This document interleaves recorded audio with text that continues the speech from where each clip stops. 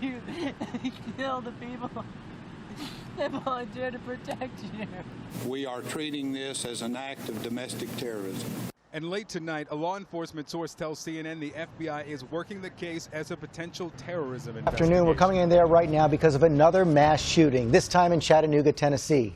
Numerous shots fired there at two military locations, a naval recruiting center and a military reserve center. We can now report that 4 members of the military were killed. The gunman is also dead. A Chattanooga police officer and other individuals were injured in the shooting. Law enforcement officials deeply concerned because the military appeared to be the target. They are considering this a national security matter.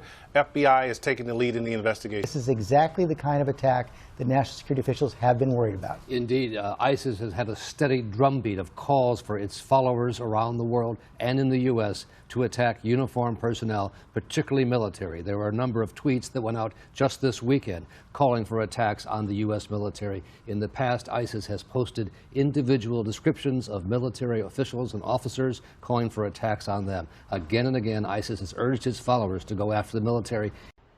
Around 10:45 this morning, the first shots fired.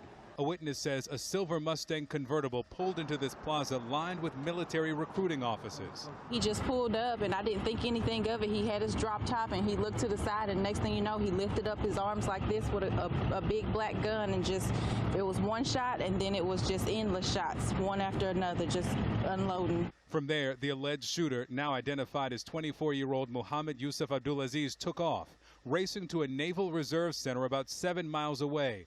Police responded, giving chase, catching up with him at the Reserve Center where a gun battle broke out. They arrived on the scene extremely quickly, and they actively and enthusiastically engaged this brazen criminal. The response by the local law enforcement was overwhelming.